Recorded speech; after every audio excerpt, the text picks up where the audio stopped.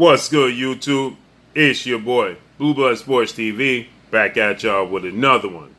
So, it looks like former unified heavyweight world champion Mexican superstar boxer Andy Ruiz Jr., 34 wins, 2 losses, no draws, 22 big wins by way of knockout.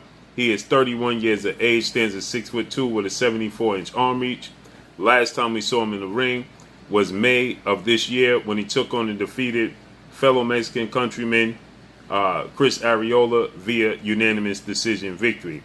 It looks like Andy Ruiz could possibly make his ring return around that Mexican Independence Day weekend in September, around that probably the first or third week in that in September, because we know that Saul Canelo Alvarez, he's going to fight opposite that. He usually fights on that Mexican Independence Day weekend date. Okay, so he'll be fighting in and around that time. Okay, Saul Canelo Alvarez, 4-division world champion, Mexican superstar boxer, unified super middleweight world champion, looks to be going into an undisputed match against undefeated IBF super middleweight world champion superstar boxer Caleb Sweethand Plant.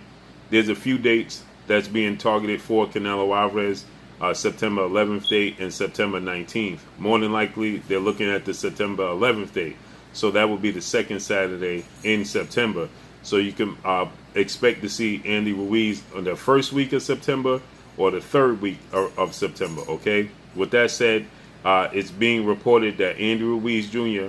could be facing British heavyweight title contender, star boxer Dillian Whyte in that outing.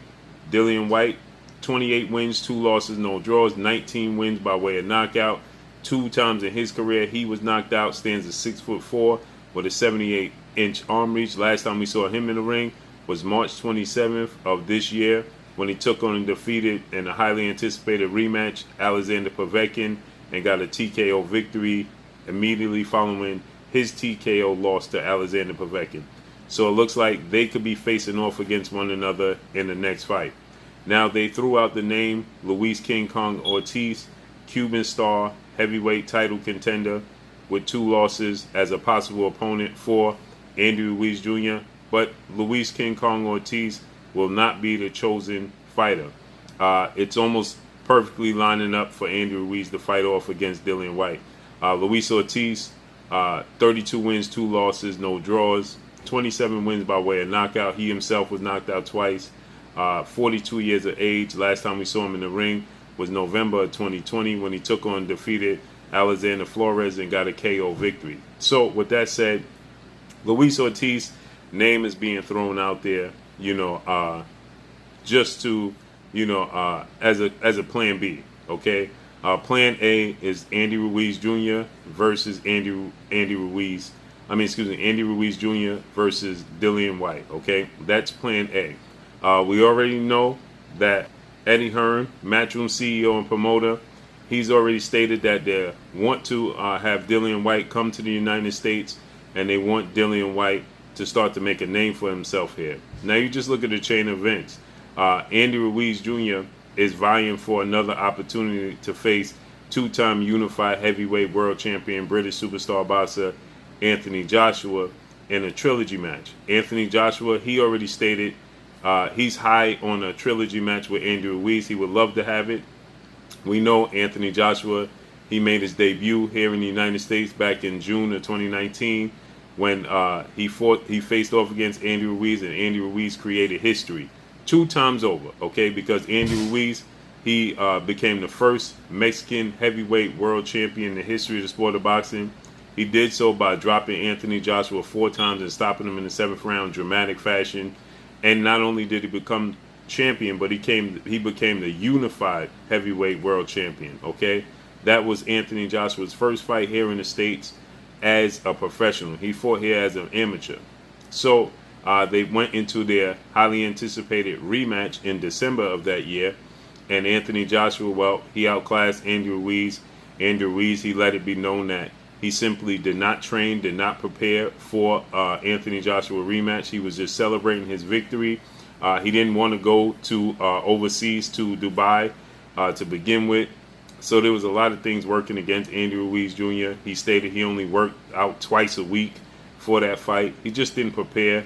He didn't take it serious, and it showed. He came in the fight at nearly 300 pounds, and he got outclassed. He couldn't keep up with Anthony Joshua. Anthony Joshua was utilizing the ring. He was utilizing movement, and Andy Ruiz had no answer for it. Since then, Andy Ruiz had a long, extensive layoff, okay? And he came back against Chris Arreola, and ironically enough, even in that fight, Andy Ruiz was buzzed badly in the second and third round.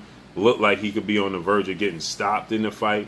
You know, he weathered the storm, got a unanimous decision victory. Chris Arreola wasn't happy because he cited that the fight was much closer than the judges' scorecards indicated. He wasn't happy about it, but nonetheless, Andy Ruiz got a unanimous decision victory. I personally thought he won the fight, regardless of how far apart the judges' scorecards was. I thought he won the fight pretty clear after, you know, he sustained those 2 rounds where it looked like he was on the verge of being stopped. He weathered the storm, and I thought he clearly won the fight therefore after, okay? So Anthony Joshua wants a trilogy match with Andy Ruiz. Now, just look at the domino effect. Dillian Whyte is trying to place himself in position to become the WBC mandatory challenger, okay?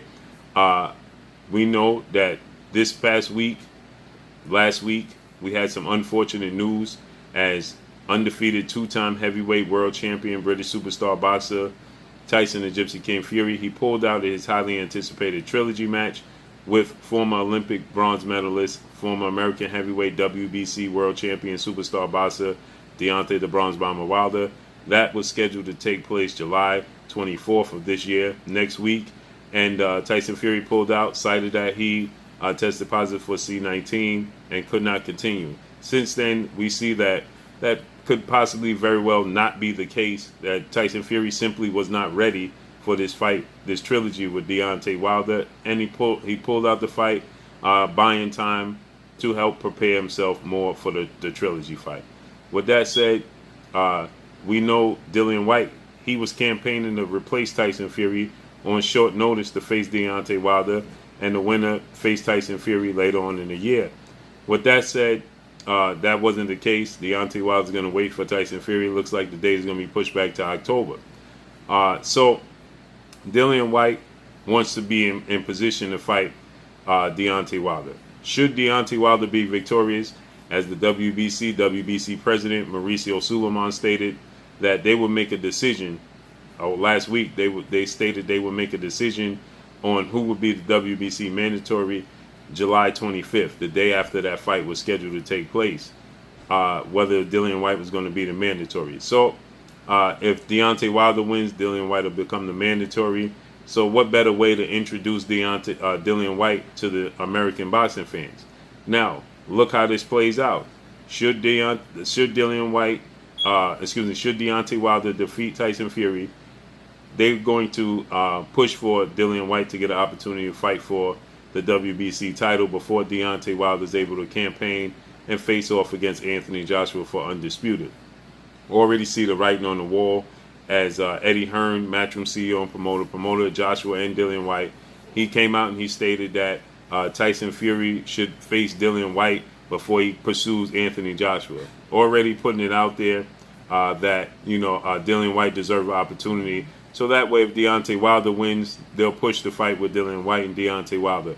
But if Tyson Fury wins, well, then they'll push the fight for Tyson Fury and Anthony Joshua for all undisputed United Kingdom British showdown, okay?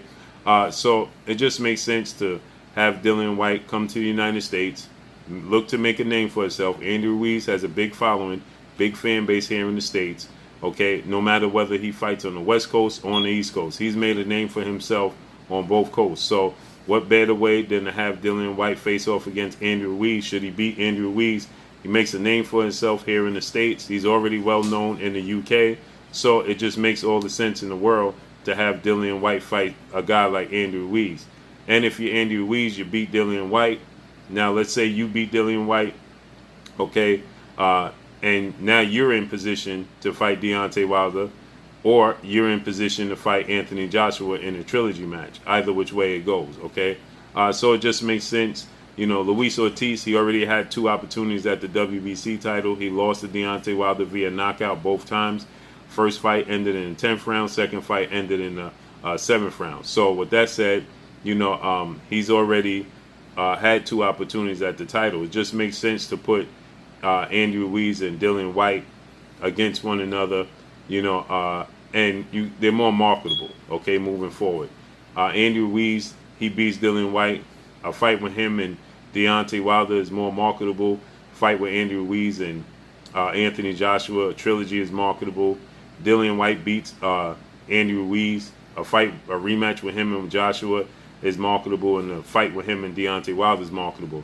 It's hard to sell Luis Ortiz against Deontay Wilder in a trilogy match. Now you could sell Luis Ortiz as a marketable fight against Anthony Joshua should he beat Andy Ruiz, but they're just not going to give him the opportunity. So it just makes sense that you see Andy Ruiz Jr. versus Dillian Whyte in September here in the United States. More than likely, it'll be on the East Coast. Possible that it could be on the West Coast. His last fight was in California against Chris Arreola. I believe the second fight would be on the East Coast. They want to make a market and a name. Eddie Hearn likes to put on fights here in New York, especially. So let's see how this plays out and unfolds. Make sure you hit the like button. Drop a comment in the comment section. Let me know what y'all think.